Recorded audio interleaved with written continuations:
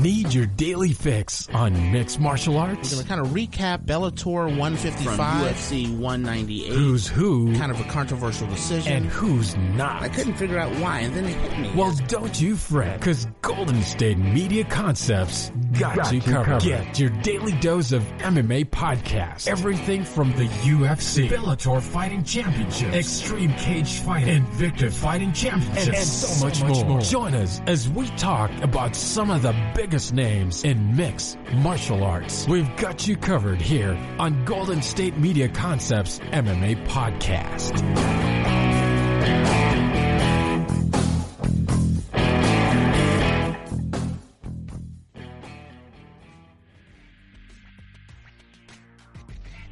Thank you for tuning into the GSMC MMA Podcast, brought to you by the GSMC Podcast Network. I am your host, Arnold Goyo, and as usual, I wish you are doing really well for yourself, whether it be you, your friends, your family, whether you live in the States or internationally, you are healthy during a time of major uncertainty. And so, there's been a lot of mixed martial arts action. There's a period of time where there was no mixed martial arts action, no sports going on. You're watching a bunch of replays on NBC, on like old basketball games or old baseball games. But now, in the past 8 days, we have 3 major UFC events happening, all with major fights happening, all with major title stipulations in it. And I'll be going a little bit backwards here with the most recent event happening, being UFC Fight Night 176. I'll be talking about these events, and I'll be talking about the fights that happened, and right now telling you, all these fights from the prelim card to the main card, they've all been incredibly entertaining, even though these fighters may not be the most popular ones.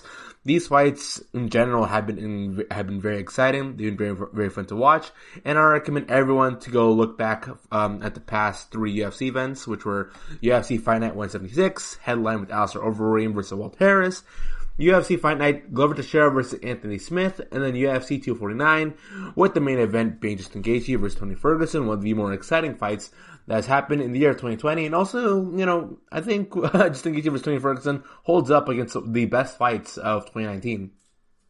So let's talk about the first fight here. I'll be talking about UFC Fight Night 176 here, and we got here Alistair Overeem versus Walt Harris.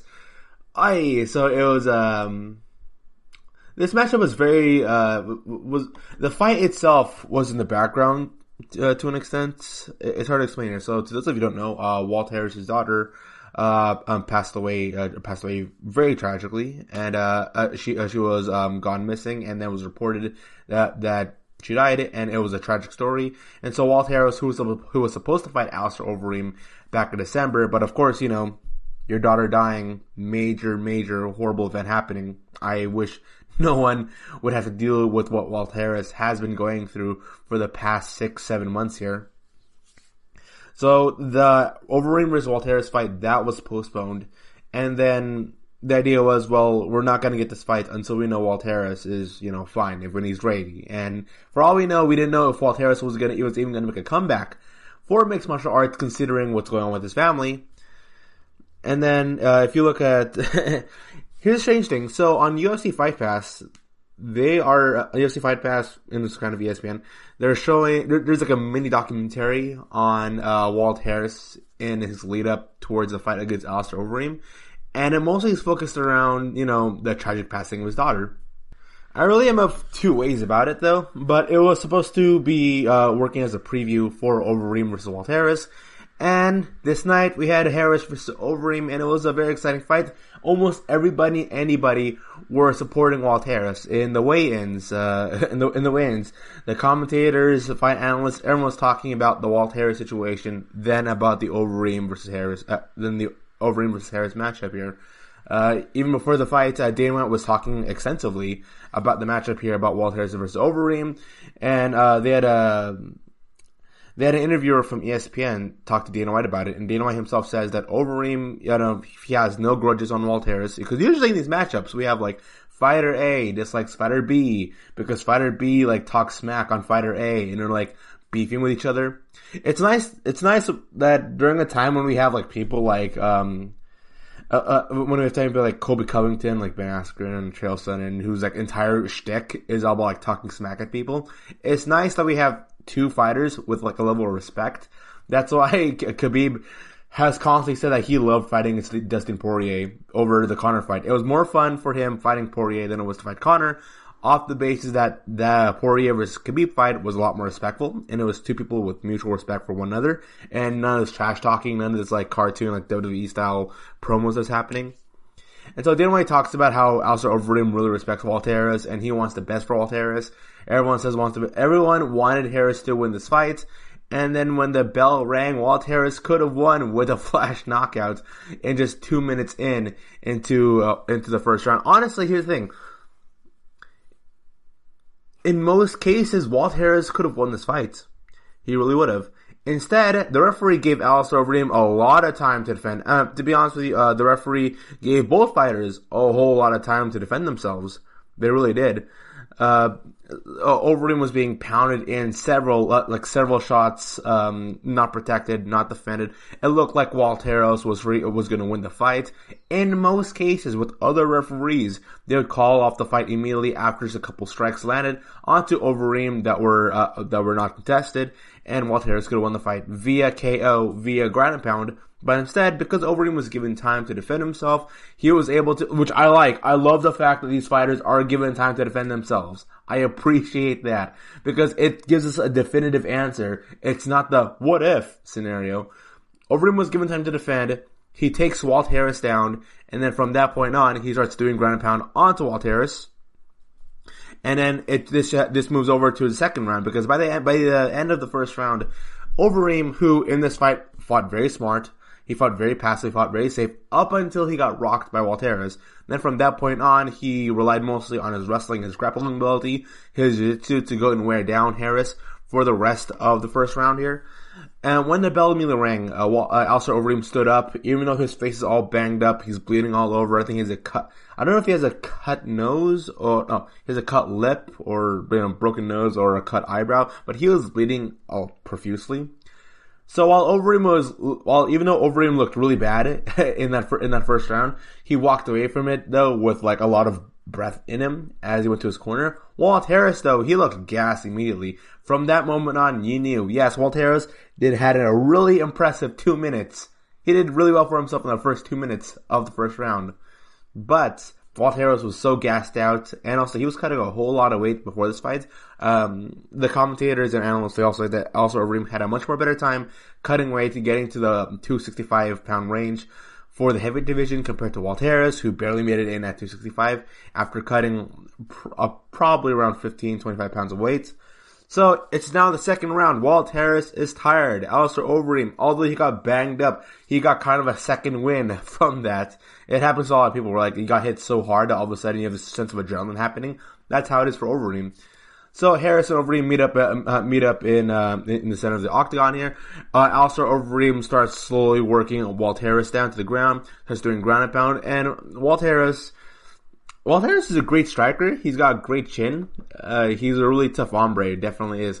But his wrestling ability his lack of wrestling ability was showing in this fight here. And Overeem just started grappling Walt Harris. And there were many occasions in this fight that the referee would have stopped this fight if it was another referee. Because like Overeem is just like pounding a Harris with like right hooks in the back position. On back mount. So he's in the back of Walt Harris. He's pressing up on the cage. Walt Harris doesn't have the coordination and to go get out of the ground. He's just covering up. His arms are in his head. The referee is like, "Come on, you gotta work. You gotta get out of this position." And even Overeem is looking at the referee and it's like, "Come on, he can't get out of this position. He's too tired." So he's laying so many shots onto Walt Harris, like, over and over again. They weren't that hard, so I don't feel that, they weren't incredibly vicious shots. Here's the thing, Overeem wasn't laying down Walt Harris with these incredible, like, oh my gosh, look at him, he's raining down elbows, he's raining down punches. It was more like, look at Overeem there, he's punching Harris, and Harris has no way to get out of here. And he's got another 2 minutes left to go, and Walt Harris can't get out, and so the referee had to be like, okay, Overeem, you win, TKO victory. And Harris didn't look banged up. It didn't look Harris lost because he just got overwhelmed with he got a lot of pain accumulated from the striking or from the ground pound. It mostly looked like Walt Harris lost because he just he just didn't know how to get off the ground position, so he was in this position where he was just going to get pummeled, and he doesn't know how to get out. And also for the fact that, like, he was also tired. He was very, very tired. He was very tired, and he just couldn't get out of that situation. It was a very sad fight. And everyone wanted Walt Harris to win. There was that moment where Walt Harris was, like, looked like he was about to cry as the cornermen were, like, prepping him up, making sure he's all fine. Look at the doctors. Doctors are looking at him. And it was a very sad, very sad end, but I respect Alistair Overeem because he would go, come over to Walt Harris and say, hey man, it's okay. You did your best. I respect you. And that was how UFC Fight Nights 176 ended. And so, coming back after the short break here, I'll be looking at the fight at Claudia Cadella versus Angela Hill, the co-main event of this event. Coming up after the short break here. You really can't underestimate the importance of having the right creative work for your brand or your product. Whether it's a logo, a website, a book cover, or an ad campaign, you really need a quality design to make that big difference pop and deliver your overall engagement and success in a competitive market. That's where Design Crowd comes in. Design Crowd has over 750,000 designers from Sydney to San Francisco ready to help you with awesome creative ideas. They make crowdsourcing work for you. So if you need a logo or you're working on your creative branding, you can go to designcrowd.com and post a brief describing the design you need. And then within about 2 to 7 days, you'll receive up to over 100 different designs from designers around the world. Then you pick the best design and approve payment to the designer. So you're only paying for the design that you want. It takes a lot of the guesswork out of freelancing and out of crowdsourcing. And you don't have to be a huge company like Harvard Business School to use Design Crowd, although they have used it as well. You can start a project on Design Crowd for as little as $99. And if you go right now to designcrowd.com/health and wellness or enter the promo code health and wellness on their website, then our health and wellness listeners will receive up to $150 off of your design project. That's designcrowd.com/health and wellness or entering that promo code health and wellness. Check out the show built around the women of MMA. From the UFC to the extreme cage fighting, we got the fights covered. Listen. It's the Golden State Media Concepts Women's MMA Podcast. The latest news of upcoming fights, discussions of previous matches. Join us as we talk to and about the biggest names in women's mixed martial arts. Past, present, and future. When it's the women's fight game, you know where to listen to. The Golden State Media Concepts Women's MMA Podcast. And welcome back to the show here. So we just talked about Alistair Overeem versus Walt Harris. It was a very sad ending. Everyone wanted Walt Harris to win that fight, but sadly he just couldn't overcome Alistair Overeem's grappling ability, and Overeem won the fight via TKO in the second round, 3 minutes in.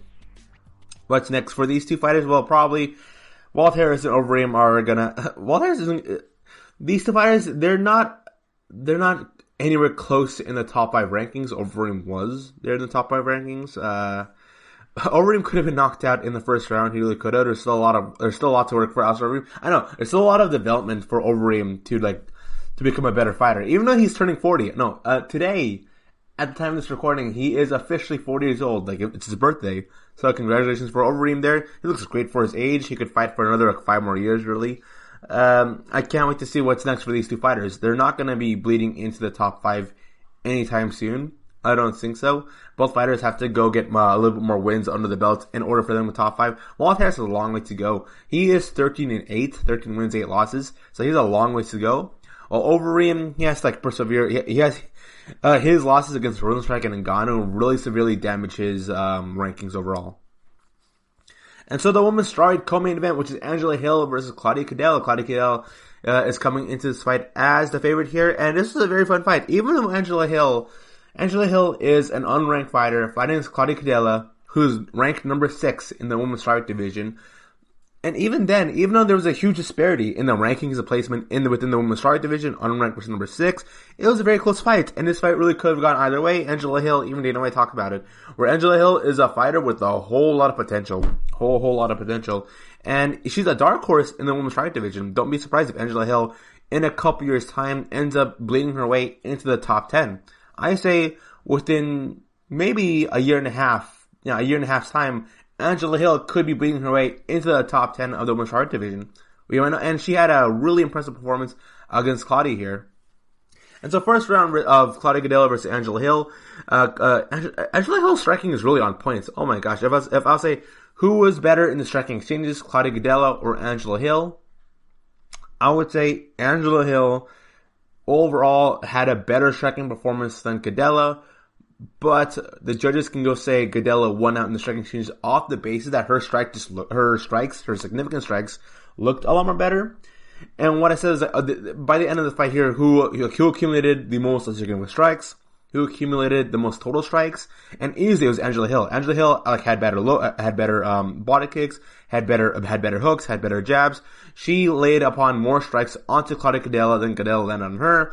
But in Claudia Gadelha's striking, her striking looks really awesome when she counterpunches you, because for the most part here, this entire fight, it was Angela Hill stalking Gadelha, and Gadelha having to do counter-striking. So, Angela Hill can go throw like a right hook jab and an uppercut, 3 strikes onto Gadelha, and then 2 of those strikes would be counted as significant, but then Gadelha would come back with 1 punch that looks incredibly good. It looks incredibly good, but I don't think it did that much damage on Angela Hill.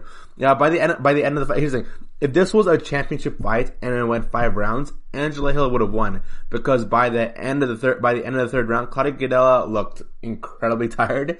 She looked gassed, and Angela Hill looked like she still had a lot of energy going for her, and she could have kept the same pace for another extra 2 more rounds, which is incredibly impressive considering the experience difference between Gadelha and Angela Hill. But in the first round here, Angela Hill was stalking Gadelha, but then Gadelha was able to go grapple Angela Hill, and through her grappling, she was able to do a couple ground pounds. She had ground control onto Hill for the majority of the fights, and this led to Gadelha beating Angela Hill in the first round, 10-9. And the second round, Gadelha became a little more gassed. I was really unsure about that. Maybe it's a coronavirus issue where these fighters are struggling more as it pertains to weight cutting. Maybe that's it. But Angela Hill did a lot more better job against Claudia Gadelha. Claudia Gadelha was not going for any takedowns. She was not going for any clinch exchanges. It was just a straight up boxing match, straight up kind of kickboxing fight between Hill and Gadelha. And in terms of striking, Angela Hill defeated Gadelha in the second round. And Angela Hill was able to stuff Gadelha's takedowns and clinching and jiu-jitsu ability. So Angela Hill wins easily without a doubt. 10-9 in my mind. And then in the third round, the third round really was the round that would be deciding who wins this fight. And Angela Hill kind of... a lot of people believe Angela Hill should have won this fight. but by the way, throughout this entire night, the winner of these fights would always be interviewed, and they'd be asked one question: do you believe you won the fight? It has happened to Dan Ige, and it's happened to Claudia Gadelha. When they're interviewed, because Claudia Gadelha ended up winning this fight via split decision on Angela Hill, with the deciding round being the third round. I don't really think Claudia Gadelha won, but when asked, like, hey, Claudia, did you felt like you win the fight? Claudia's reaction or response is, you know what, I guess I did. Not exactly, not literally those words, but Gadelha had, like, the shock face of, like, what, I won? Yeah. Kind of like Carla Esparza when she defeated Michelle Watterson. Like, what? Yeah, I won. Also with Dan Ige. Yeah. Whoa, I did it. Woo. Yeah, good for me. I find some humor in that, because the second it was like, the winner of this fight by split decision, Claudia Gadelha, Angela Hill, you can hear audibly started cussing and started doing like the Charlie Brown walk and kicking the ground as she was making her way outside the octagon. Angela Hill was visibly upset, and Claudia Gadelha looked a little bit shocked. She was like, "Oh man, I won that fight." But and here's the thing: when you look at the faces of Claudia Gadelha versus Angela Hill looks perfectly fine. Even though Hill took a lot of hard shots. She really did. I would say Hill took harder shots than Gadella, but Angela Hill laid upon more cumulative strikes that I think were deceptively really strong onto Gadella. And so it's Angela Hill with this like clean face is like, what the heck? How did I lose? And Gadella's like, I won the fight. Yeah, even though her face is all battered up, she's got some bruises happening like in her eyebrow. She's bleeding all over. So good thing. So yay for Claudia Gadella. Claudia Gadella, she ended up calling out Carla Esparza. Carla Esparza is a number 7th ranked fighter. She defeated Michelle Waterson. Carla Esparza challenged Claudia Gadella. So now we might see Claudia Gadella versus Carla Esparza too. And to be honest with you, I am not excited for that fight. I really am not. The reason why I'm not excited for that fight is because I am like in the opposite ends of the results for these fights. I thought Angela Hill defeated Claudia Gadella, and Angela Hill should have been placed in the top in the top 10 rankings of the women's strawweight division. I thought Michelle Waterson defeated Carla Esparza, and so they would switch spots, and Michelle Waterson would end up being number 7. I'm all over the place here when it comes to the rankings of the women's strawweight divisions. I thought Hill won her fight. I thought Waterson won her fight. And then for Claudia Gadella versus Carla Esparza, if you guys haven't seen it yet, look at Chael Sonnen's. Chael Sonnen has a YouTube channel where he talks extensively about all the UFC and all the rankings, all the matchups. He also makes some like weird videos, like top 10 best chins. Me, number 1. That's really funny. Or he did a video where it's like, okay, best UFC fighters ever to not win a championship. And he doesn't put his name there because he considers himself to be like a former champion. It's so strange. But yeah, he talks about how in the women's strawweight rankings, it's the champion 1 through 4, then everybody 5 and over are in this like weird limbo where any of them could be matched up with each other because there's no obvious, the gap between 1 through 4 versus 5 through 10 is huge, and anyone who's ranked 5 through 10 wouldn't stand a chance against any of the fighters who are ranked 1 through 4. So it's very strange right now currently in the women's strawweight divisions. If Claudia Gadella and Carla Esparza were to fight, I don't think they're good enough to take on any of the top fighters in the strawweight division. I don't think they can go take on, even though Rose Namajunas is gone, even though she's practically on. I don't think Claudia Gadella or Carla Esparza can handle themselves if they're to fight against the likes of Jessica Andrade, fight someone like Rose Namajunas, fight against Weili Zhang, Joanna Jędrzejczyk. I don't think those fighters can really serve as a challenge for the top 4 fighters in the women's strawweight divisions. I really don't.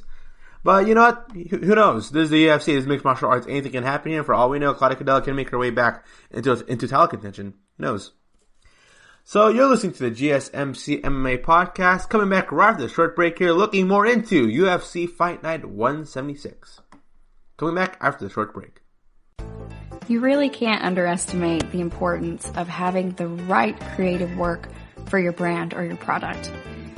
Whether it's a logo, a website, a book cover, or an ad campaign, you really need a quality design to make that big difference pop and deliver your overall engagement and success in a competitive market. That's where Design Crowd comes in. Design Crowd has over 750,000 designers from Sydney to San Francisco ready to help you with awesome creative ideas. They make crowdsourcing work for you. So if you need a logo or you're working on your creative branding, you can go to designcrowd.com and post a brief describing the design you need. And then within about 2 to 7 days, you'll receive up to over 100 different designs from designers around the world. Then you pick the best design and approve payment to the designer. So you're only paying for the design that you want. It takes a lot of the guesswork out of freelancing and out of crowdsourcing. And you don't have to be a huge company like Harvard Business School to use Design Crowd, although they have used it as well. You can start a project on Design Crowd for as little as $99. And if you go right now to designcrowd.com/health and wellness or enter the promo code health and wellness on their website, then our health and wellness listeners will receive up to $150 off of your design project. That's designcrowd.com/health and wellness or entering that promo code health and wellness. This is your ultimate stop for everything sports. The Golden State Media Concepts Sports Podcast. Should I say more? From the NFL, MLB, the NBA to MMA, it's all in here. The Golden State Media Concepts Sports Podcast. Listen now.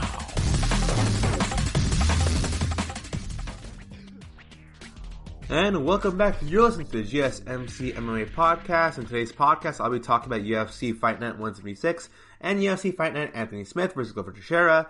And now we're going to be talking about here two fights here that really stood out to me. I think these are the two best fights of UFC Fight Night 176. Once again, all of these fighters aren't the most popular. I recommend you guys watch these two fights here. And that's Dan Ige versus Edson Barboza. And then Son Yadong versus Marlon Vera. These two fights were incredibly exciting. They really were. They reminded me, they were just a less bloody version of Vicente Luque versus Nico Price. If you guys haven't seen Vicente Luque versus Nico Price, I thought that fight was the best. I thought Vicente Luque versus Nico Price was the best fight in the past 3 UFC events. That's why I truly do believe here. And these two fights here are kind of close to Luque versus Nico Price. Now we got like you couldn't score any of these rounds for any specific fighter. So Dan Ige versus Edson Barboza, these two and also Son Yadong versus Marlon Vera, their stats, their total accumulated strikes and saving strikes and like control of each other were so close to each other that in any of these 3 rounds you could have scored it any other way. You really could have. Like Dan Ige was interviewed. Hey, Dan Ige, did you really win the fight? And Dan Ige's like, I guess I did, because really you could have argued that Edson Barboza did better than Ige in the fight. The problem though with, I think Ige versus Barboza in this entire card had the most accumulative strikes in the grand total from both fighters together. Is that these two or Gadella versus Angela Hill? Because Angela Hill threw like an onslaught of strikes onto Gadella. But then Ige versus Edson Barboza is up there, and it was an incredibly tight fight. You could have gone either way. If you said Edson Barboza won, I wouldn't complain. Barboza is a killer. Dan Ige has got a great chin. He's got great timing for strikes. He's surprisingly athletic, even though you wouldn't think so due to his like physique. And then you have Marlon Vera versus Son Yadong. So even though Vera was ranked, Son Yadong was unranked. Son Yadong came into the fight as the favorite to go win this fight.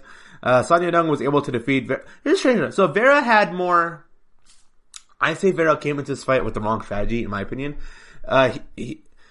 Somehow, even though Marlon Vera had a significant reach advantage in both the arms and the legs, Son Yadong was able to chop down Vera mostly through his kicks. And by the way, both of these pertain to the featherweight division here. They're both Dan Ige and Son Yadong, two fighters who are they're not really in the top of the division when it comes to featherweights. So these wins really do matter for both fighters. I say Dan Ige versus Son Yadong, they're both going to bleed into the top 10 and are going to be really dangerous fighters in the top 10. And I expect Son Yadong actually to climb up very high within the next year and a half. That's what I really believe. Because although Marlon Vera had the greater reach advantage over Son Yadong, Son Yadong was able to still throw in some leg kicks. He was throwing some leg kicks. He was able to fight really good outside the pocket as well. He was really good to fight inside the pocket. And it looked like Vera was just struggling trying to find the right angles to go get into Yadong. Because I think Vera wanted a poking game against Yadong, but Yadong was able to outpoke him through his leg kicks. Vera wasn't throwing that much leg kicks in the fights, and I thought that was very strange to me. Marlon Vera preferred it mostly to be a boxing exchange and a little bit more of dirty boxing, but Yadong was able to go and he was able to pull like kicks and knees like both inside and outside, which is very impressive. I'm mostly going to credit that to like Vera's cornerman telling him the wrong strategy. And like I say Yadong fought the smarter fight against Vera, and Vera didn't fight as smart as Yadong, and that was the basis of Yadong defeating Vera in that fight. Could have gone either way, but I'm really happy for Yadong. I expect Yadong to go far a year and a half into the featherweight rankings, and I expect good stuff from him. I really do. And so since we're talking about the featherweight division right now, let's look into the rankings. I'm looking at the rankings right now, Edson Barbosa is currently so Dan Ige and Barbosa, they're kind of mixed in with being ranked number 12. I think Barbosa is going to drop down a little bit lower, probably around 13, 14. And then we could see Barbosa versus Cub Swanson, to figure out who's going to get into that, like, latter half of the featherweight rankings here. So that'd be a really fun fight. I like to see, Cub Swanson versus Edson Barbosa. Ryan Hall is that fight.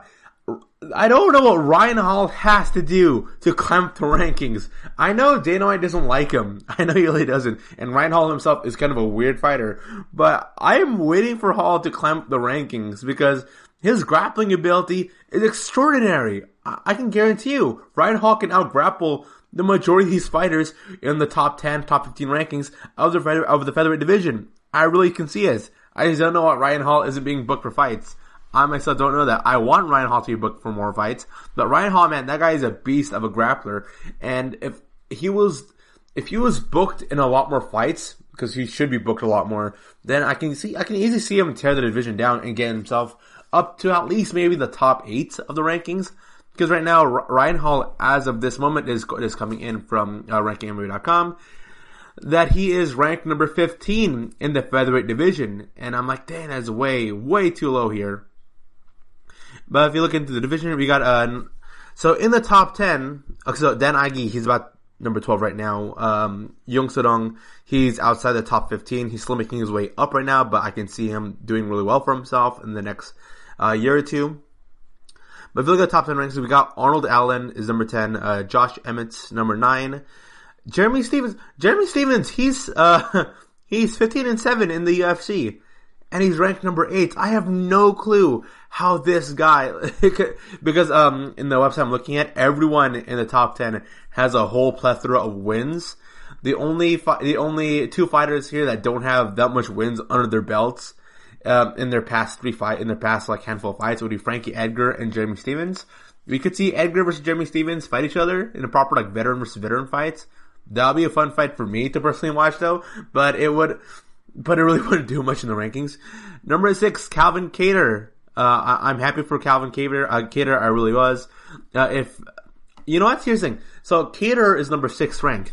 Number 5 is Yair Rodriguez. Number 4 is Zabit. We could see Calvin Kattar leapfrog over Yair. Okay, so any combination of Zabit, Yair Rodriguez, and Calvin Kattar, those 3 fighters are probably the 3 most exciting fighters in the entire featherweight division. I could see those 3 fighters, if there's like a triple threat where I could see these 3 fighters fight each other, it would be insane. It would be great. And so, Calvin Kattar, Yair Rodriguez, Zabit Magomedov, I can't say his name, Zabit Magomedov, I'd like to see any of these 3 fighters get matched up. It'd be incredibly exciting. It could easily be fight of the night. Although Calvin Kattar lost against Zabit, I think Calvin Kattar, if that was a championship fight, if it went 2 more extra rounds, Kattar would have defeated Zabit. But because it was 3 rounds, Zabit was already pretty much, Calvin Kattar was defeating Zabit in the 3rd round. Zabit was pretty much nullified by the end of the 3rd round, but he did really well for himself in the 1st and 2nd round, and that's the reason why Zabit defeated Calvin Kattar. So I'd be interested in a rematch, but I'd also be interested in Zabit versus Rodriguez. I think that would be an incredibly fun fight. That'd be like a real kung fu fight. It'd be great. So Zabit's number 4. By the way, Zabit, he's climbing the rankings fast. I'm so impressed by that. Number 3, Chang Sung Jung. Number 2, Max Holloway. And number 1, Alex Volkanovski. Dana White has said it that he expects Alex Volkanovski and Max Holloway to headline a future UFC event coming soon. And I can't wait for that. Overall, the UFC featherweight division is incredibly stacked. If you look from 1 through 7, no, if you look at 1 through 6, you can see a whole plethora of fighters who could possibly be champions. You could see Volkanovski, Holloway, Chang Sung Jung, Zabit, Yair Rodriguez, Calvin Kattar. You can see any of these fighters beating each other. And that's why the featherweight division has to be one of the most stacked divisions of all of UFC. Because 1 through 6, any of those fighters can beat each other. And number 7, you have Frankie Edgar, who is a former champion for a reason, and he's one of the greatest of all time. So if Jeremy Stevens is right under him, I expect Edgar versus Jeremy Stevens happening in the near future. Edgar defeating Jeremy Stevens. And then we could see 1 through 6, 1 through 7, any match of any fight. Here's the thing. Frankie Edgar, even though he's number 7th, he could argue his way to fighting against Alex Volkanovski. It's happened before where some fighters with a great resume in the past, look at Dominic Cruz, fighters who, although their recent performance weren't that impressive, but their overall cumulative career buys them into a title fight. I could see Edgar fighting against Holloway or Volkanovski. Yes, Holloway defeated Frankie Edgar before, but I can see these two fighters being matched up yet again. And once again, you got Zabit, you got Yair Diaz, you got Calvin Kattar, Alex Volkanovski, Max Holloway, Chang Sung Jung. Any of these fighters can be champion. And so, who knows? In the next 2 years, we might have like 3 brand new champions in the featherweight division because it's that stacked. You're listening to GSMC MMA podcast. Coming back right after the short break here, and we'll be looking into Glover Teixeira versus Anthony Smith. Coming back soon. Tired of searching the vast jungle of podcasts? Now listen close and hear this out. There's a podcast network that covers just about everything that you've been searching. Hey! The Golden State Media Concepts Podcast Network is here. Nothing less than a podcast bliss with endless hours of podcast coverage. From news, sports, music, fashion, cooking, entertainment, fantasy, football, and so much more. So stop lurking around and go straight out to the Golden State Media Concepts Podcast Network. Guaranteed to fill that podcast itch. Whatever it may be. Visit us at www.gsmcpodcast.com. Follow us on Facebook and Twitter, and download us on iTunes, SoundCloud, and Google Play.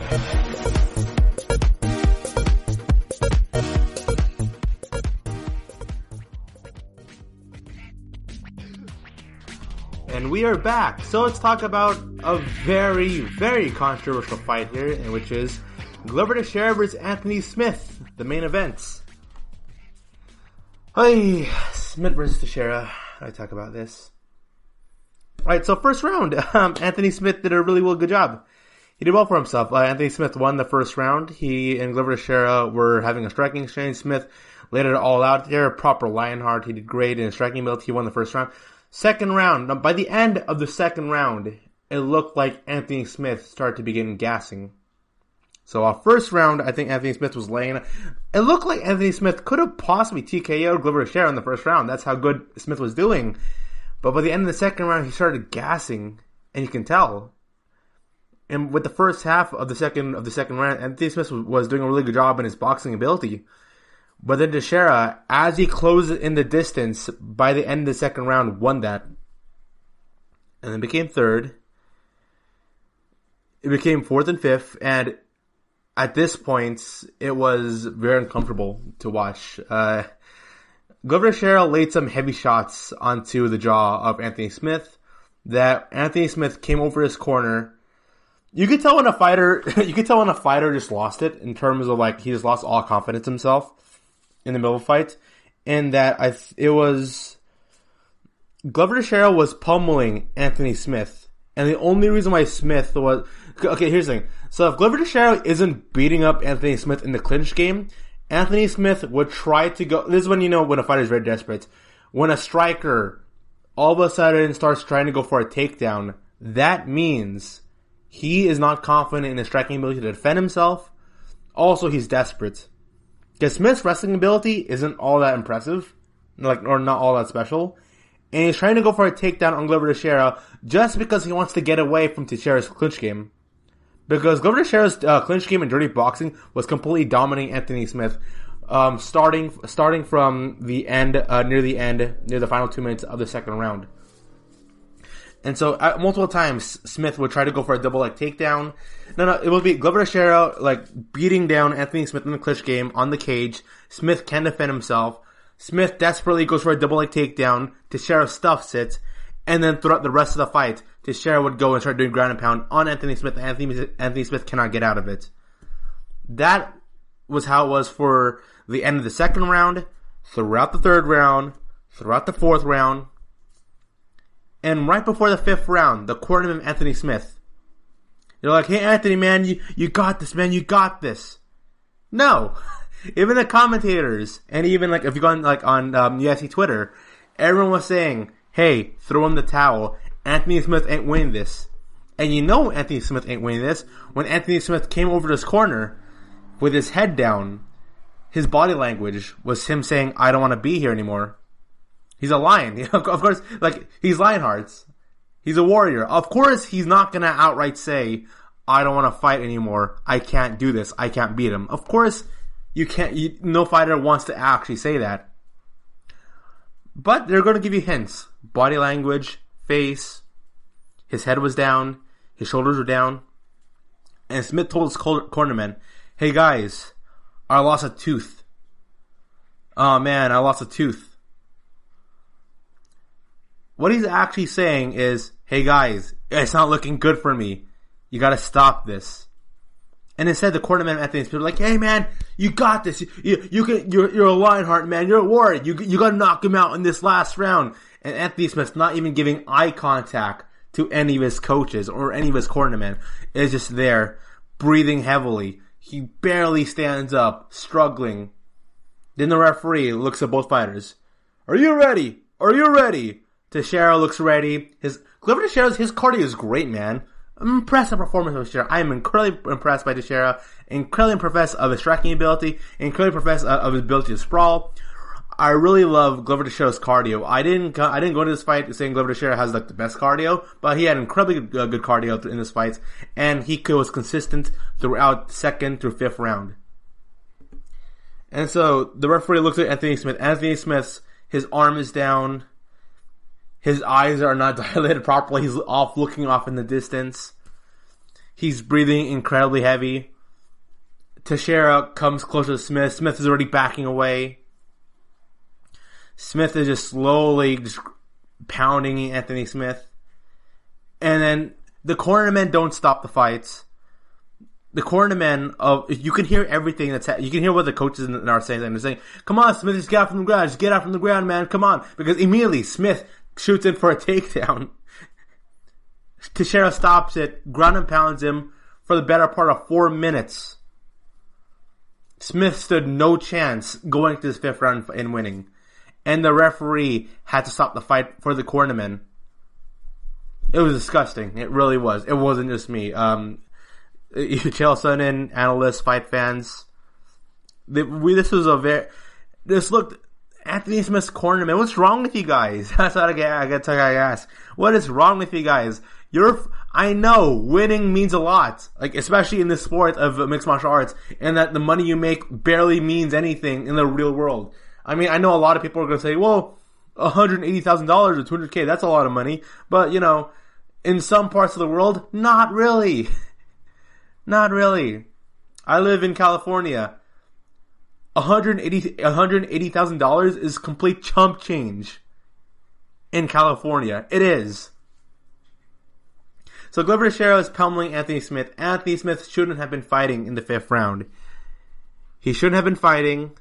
He gave obvious signs and tells that even though the commentators are several feet away from the fighters, even they know that Anthony Smith wasn't supposed to fight in the fifth round. But instead, the cornermen are like, you got this, man. Knock out Glover. It was a very, very uncomfortable fight to watch. It really was. Smith is a warrior, man. He really is. He came into the fights ready to duke it out, ready to leave everything on the line. He left everything on the line there. And, good job on Anthony Smith and good job on Glover Teixeira. For the performances, though I do not give the thumbs up for the cornermen of Anthony Smith. If your fighter is there's a woman's fighter, this happened to a woman's fighter actually, where a woman's fighter said, I don't want to be here, and the cornerman said, you still got this. No. Every cornerman should tell their fighter, hey, do you still want to be in this? Do you still want to fight? Do you think you can win this fight? And depending on what the fighter says, then the cornerman has to either throw in the towel, which by the way, there's nothing to be ashamed about throwing in the towel. You're fighting against the best fighters in the entire world. There's no shame in that. Glover Teixeira is one of the best fighters, one of the most experienced journeyman fighters out there in all of mixed martial arts. There is no shame losing to a fighter of his caliber. No shame. Cornerman should have thrown in the towel. They could have extended the lifespan of Anthony Smith's MMA career. But, Anthony Smith got hit way too much in the head than he should have. and that's really awful. That's really awful what the cornerman did to him. And so looking at the rankings here, for the light heavyweight division is coming in directly from UFC.com in the rankings. We got John Jones as the current light heavyweight champion. Number 1, Dominic Reyes. Dominic Reyes should be fighting for the championship. Number 2, Thiago Santos. Number 3, John Blachowicz. Number 4, Anthony Smith, dropping down. Number 5, Corey Anderson. Number 6, Volkan Ozdemir. Number 7, Alexander Gustafsson. Number 8, Glover Teixeira. I expect Glover Teixeira to fight against either Gustafsson or Volkan Ozdemir. Those are really 2 fun fights I like to see. Honestly, Glover Teixeira against anybody 3 through 6, which would pertain to like John Blachowicz, Ozdemir, Alexander Gustafsson, Corey Anderson. I wouldn't mind Teixeira fighting against any of those fighters. I really wouldn't. Number 9, Alexander Rakic. Number 10, Nikita Krylov. Nikita Krylov, really underrated. Number 11, Johnny Walker. Johnny Walker. Huh. And the strange thing here, though, they still have Shogun as number 15th ranked in the light heavyweight division. Huh. Very interesting. But yeah, the fight I would make if I was the booker would be Glover Teixeira versus Volkan Ozdemir. I think that would be a show stealer without a doubt. It might be the best fight of the night, actually. Whatever, Teixeira versus Gustafsson or Teixeira versus Ozdemir, those 2 fights I would make, and either of those fights could easily be fight of the night without a doubt. That's what I would say. And what about Anthony Smith? Maybe we want to see Anthony Smith versus Corey Anderson, or Anthony Smith versus Nikita Krylov. Those are 2 fights that I would go book for Anthony Smith's next fight after he recovers from this one. So you listen to the GSMC MMA podcast, and after this short break, I'll be looking at the rest of the UFC Fight Night card of Anthony Smith versus Glover Teixeira. Coming back after the short break.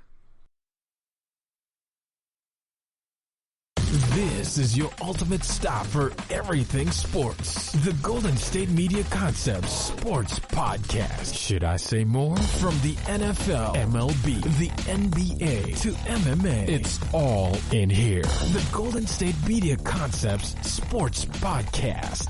Listen now. Hello and welcome back to the GSMC MMA podcast. I am your host, Arnaud Leon, and I am talking about UFC Fight Night Anthony Smith versus Glover Teixeira. So we're talking about Anthony Smith versus Glover Teixeira. I say that the cornerman of Anthony Smith should have thrown the towel. Anthony Smith was battered way more than he should have. That fight should have ended earlier. I say it should have ended by the end of the 4th round. They should have let Smith continue fighting into the 5th round. And then the co-main event was Ben Rothwell versus Ovain St. Preux, OSP making his heavyweight debut. And I'm happy for OSP. I really did. I think OSP had a really good performance against Ben Rothwell. Ben Rothwell ended up winning this fight via decision. But OSP had a much more of a performance. And plus he's fighting against Ben Rothwell. Ben Rothwell has to be one of the most unique fighters in the entire heavyweight division. There's no other fighter who fights like Ben Rothwell in the heavyweight division. There's none. And so it was a very tough matchup already straight up for OSP. But OSP, he looked really great in this fight. If you compared OSP and how he looked right here versus how he looked in the light heavyweight division, I say OSP, even though he lost in his heavyweight debut, looks a lot better. He looks a lot better in this than the light heavyweight thing. And the basis for that comes from the fact that OSP, he gasses out. His gas tank ain't all that good. It really isn't, especially in the light heavy division. It feels like OSP, he weight cuts so much that by the time he goes through any of his fights, he gasses out by like the 2nd round. OSP, although his cardio isn't all that well, it's always been a problem with OSP. Like his cardio has always been questionable. OSP's cardio was a lot more better in his heavyweight bout against a unique fighter like Ben Rothwell, compared to like OSP's bouts in the heavy division, where it looked like the weight cut severely drained OSP into reaching his potential. So when looking at Ben Rothwell versus OSP, the basis of why OSP lost against Ben Rothwell is because Ben Rothwell's aggressiveness was way too much. He overwhelmed OSP because from beginning 1st round to 3rd round, it was always Ben Rothwell pushing the action forward. It never looked like OSP was ever asserting himself into the fight. It felt like he was fighting Ben Rothwell's style. He was fighting Ben Rothwell's pace. The only time it felt like OSP really was actually kind of controlling the fight was by the end of the 3rd round. about like 1 minute left into the third round, and it was because Rothwell was pretty much, he threw everything he could onto OSP for the rest of the fight, and Rothwell was perfectly fine settling for the decision because he knew that he was going to win the fight by decision. And so OSP is out there, it's 1 minute left, he knows there's nothing left going, and so OSP starts, like, he gets like a second win, he gets a very late second win in the third round, starts like, he does like, I think 2 knockdowns onto Ben Rothwell, throwing everything he can, throwing his arms out, knocking down Ben Rothwell. If the fight were to continue for maybe an extra minute, and OSP kept that exact same pace of going full on berserk, not fighting passive like he did for the first half of the first round, then you know what? Then OSP could have won this fight. He really could have. OSP could have like TKO'd Ben Rothwell potentially, but by the end of it though, even though Ben Rothwell gets knocked down, gets rocked several times by OSP by the end of the third round, when the bell rang for the third round, Ben Rothwell looked a lot more better. Like, he had a lot more energy than the OSP did, because OSP just went on his knees and started breathing incredibly heavy while Rothwell, like, stood right back up and was like, "You did good, OSP, yeah." So Ben Rothwell won that fight. OSP, he did better. OSP came to this fight as the underdog. Ben Rothwell was the favorite. I predicted Ben Rothwell defeating OSP. I thought OSP would have a good performance, and OSP did in fact have a good performance against Rothwell here. So no shame on OSP. He did a good job here, and you know, Rothwell's a tough matchup. That really is the sad truth is. Rothwell's a very tough matchup, and OSP had a really tough first going in the heavy division. I expect OSP to fight better in future fights here, and I'm impressed by both fighters. I really am. I can't wait to see what I can expect from both fighters in the near future of the heavy division. And then we got lightweight bout here between Alexander Hernandez versus Drew Dober. And so, okay, I finally got what like bothers me about Alexander Hernandez. I finally got it. Okay, so Hernandez, in theory, should be an unstoppable fighter. What I'm saying is that he's supposed to be very popular. Alexander Hernandez, he gets it. He gets, like, you know, the Chael Sonnen, Ben Askren, like Colby Covington, kind of like, he's this young guy, good-looking guy, great shape. He can talk really well. He can market himself. He can cut a promo. His technique is on point. If you were to say who looked like they fought better, Drew Dober or Alexander Hernandez? Whose striking looked a lot more cleaner? Whose form looked a lot more better? Who in this fight looked better in their performance? Because Alexander Hernandez, he was fighting the right fights. If I was a cornerman of Alexander Hernandez, I'd be like, Alexander, you did great. Your striking accuracy was great. Your ability to find angles was great. Your ability to dodge strikes was great. You did really good in the clinch game. You're good in the dirty boxing. You really did good in the outside boxing. Alexander Hernandez, on paper, is a near complete fighter. But here's Alexander Hernandez, in the form of the heavyweights, I would have called him a frail whale. Well, no, what's a frail whale? A frail whale is this term I use for a fighter that looks the part, but when you get down to it and look into the substance of it, doesn't display much.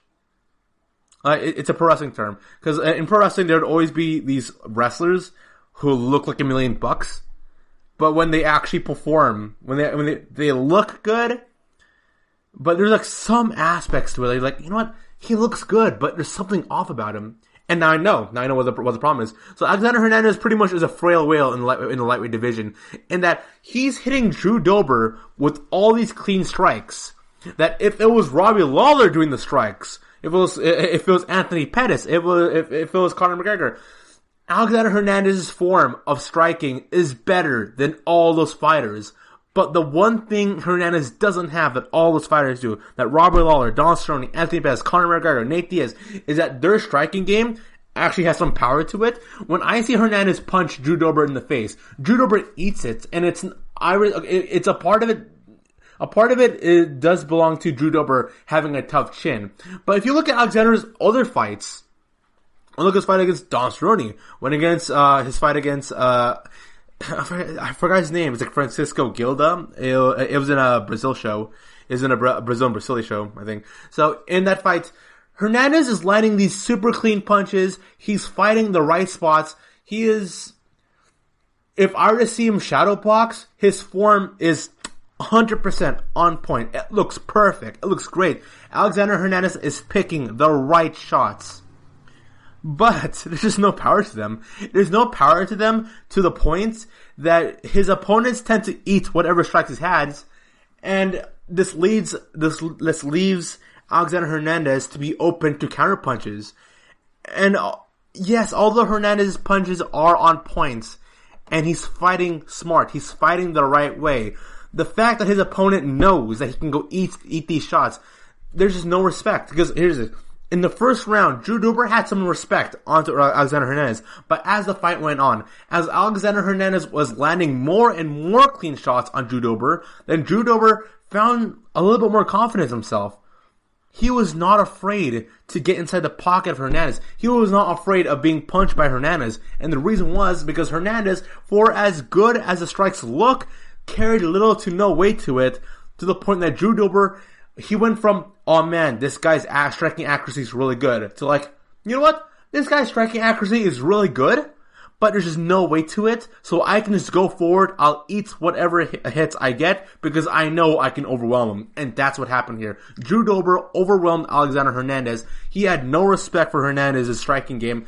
Once he recognized that although his accuracy is good, his power, Hernandez isn't going to knock you out. That's a Richard. If you look at this fight and Alexander Hernandez's past two fights, to a certain point, in a certain level, Alexander Hernandez is not going to knock out. I don't see Hernandez knocking out the top fighters. He's a striker first, and his striking ability looks good, but the lack of power is a huge detriment to him, and that's why Drew Dober ended up TKOing him in the second round, 4 minutes and 25 seconds in. Drew Dober had an incredibly impressive performance. Alexander Hernandez looks the part, but Alexander Hernandez needs to get a better strength and conditioning coach. His fight IQ is great. If only his actual physicals were good enough to go help him win the fight. That's my point with Alexander Hernandez here. And so coming back after a short break here, I'm going to talk about two other very fun fights here, which with Arlovsky and Ricky Simon. You're listening to the GSMC MMA podcast, coming back right after the short break. Want to know the latest in soccer? Then listen to the Golden State Media Concepts Soccer Podcast. From MLS, the World Cup, and the Premier League, we've got you covered. The latest updates, the hottest matches, and news on the league's top players. It's the Golden State Media Concepts Soccer Podcast. David Beckham scores a goal to take England all the way to the World Cup finals. Listen now.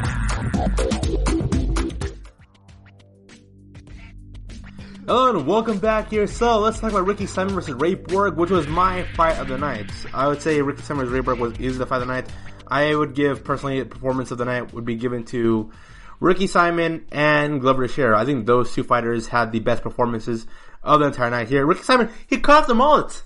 Oh man, dude! Gosh darn it! So Ricky Simon, he's getting married. He's got a kid coming up, and so he cut the mullet as a way to a piece of his life.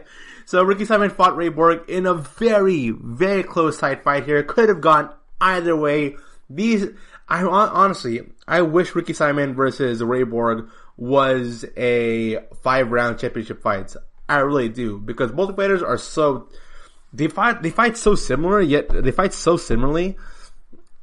But Ricky Simon just edged out Ray Borg overall. He just barely edged out against Ray Borg in the grappling and the striking. Then Ricky Simon was doing a whole lot of trash talking in this fight, though. I can't really do this fight that much justice, though, because you have to watch the fight. You really do. Go look out for Ricky Simon versus Ray Borg if you have ESPN or UFC Fight Pass. It's without a doubt the best fight of the night here. And then we got Andrei Arlovsky versus Philip Lins. Philip Lins is way faster than I thought he would, than he looks, really. Philip Lins fights so quick and fights so smooth that I thought Lins was going to go defeat Arlovsky in this fight here via decision. That was my prediction. I don't really expect Lins knocking out Arlovsky. Lins looks like Lins kind of reminds me of Alexander Hernandez in the fact that his striking and his speed is on point perfect, but his lack of knocking power and the fact that his opponents doesn't respect his knocking power, leaves him open for counter strikes, and that's what Arlovsky did. Andre Arlovsky ended up defeating Philip Lins via unanimous decision after 3 rounds of action. Arlovsky had a very great performance there. So I think at this point, this is the 20-year anniversary of Arlovsky since his debut in the UFC.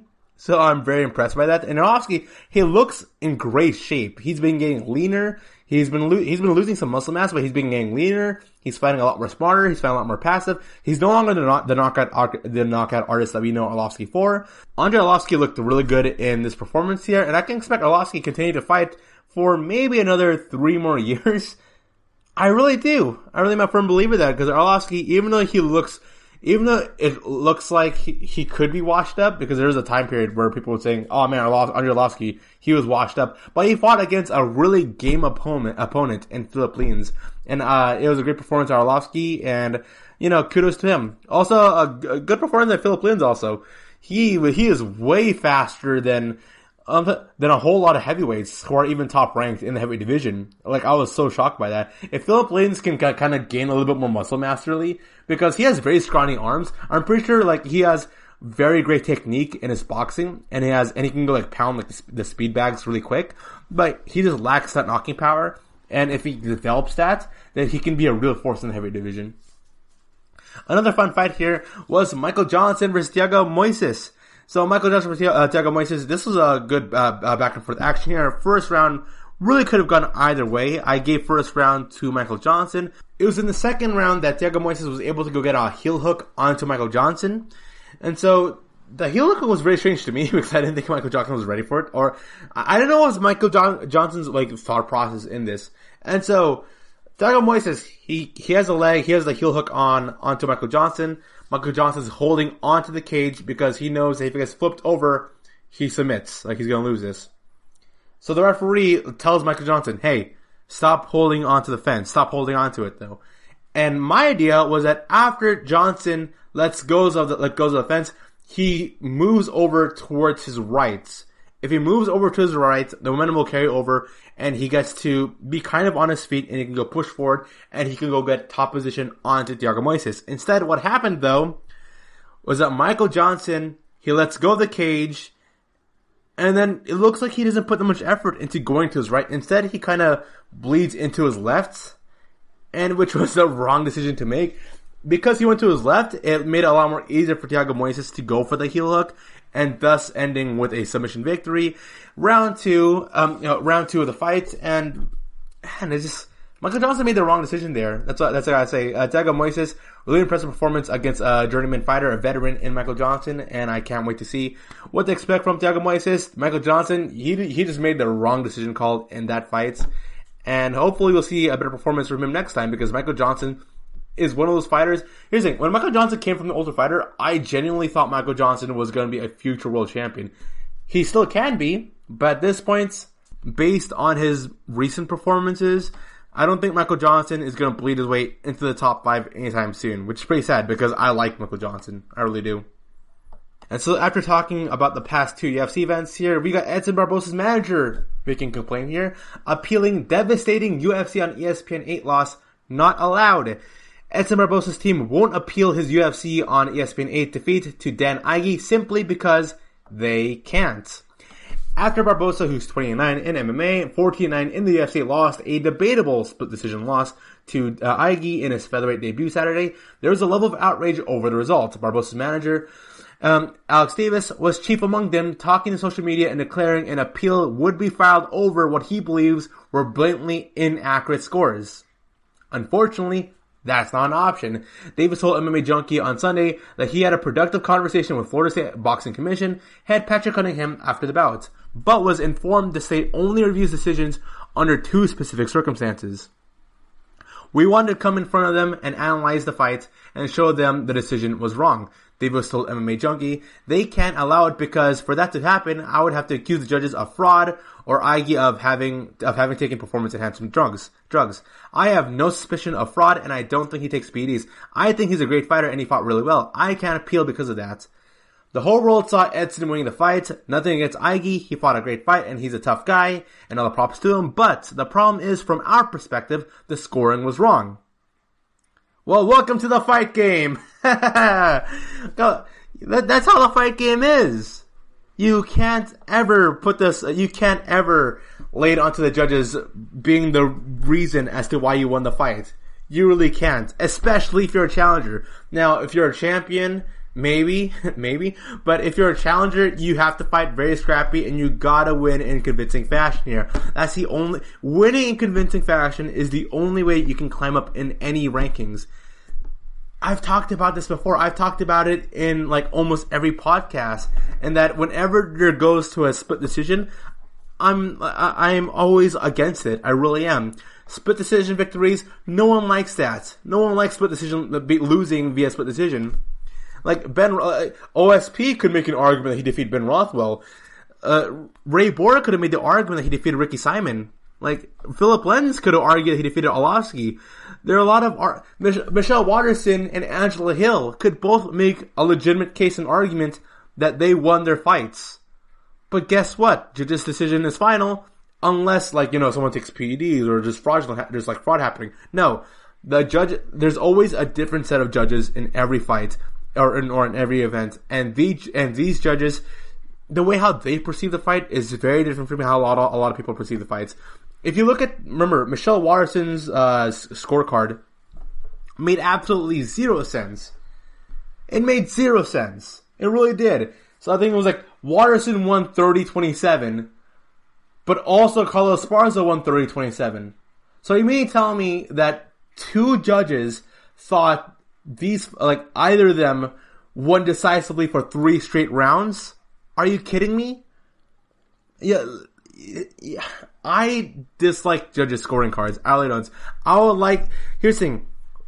For every major UFC fight that happened, I would like to see the judges, a camera cut to the judges, and they themselves explain why they believe the fight went the way it did.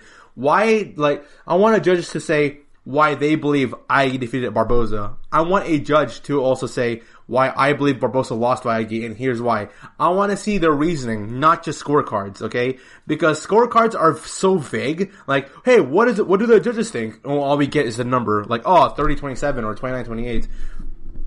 It's so vague on how they see the fight, and since we as fight fans and analysts and former fighters, since we have little to no communication with any of the judges at all, it is frustrating to see the judges score a fight a certain way and we don't get an explanation. All we can do is speculate as to why they scored it that way.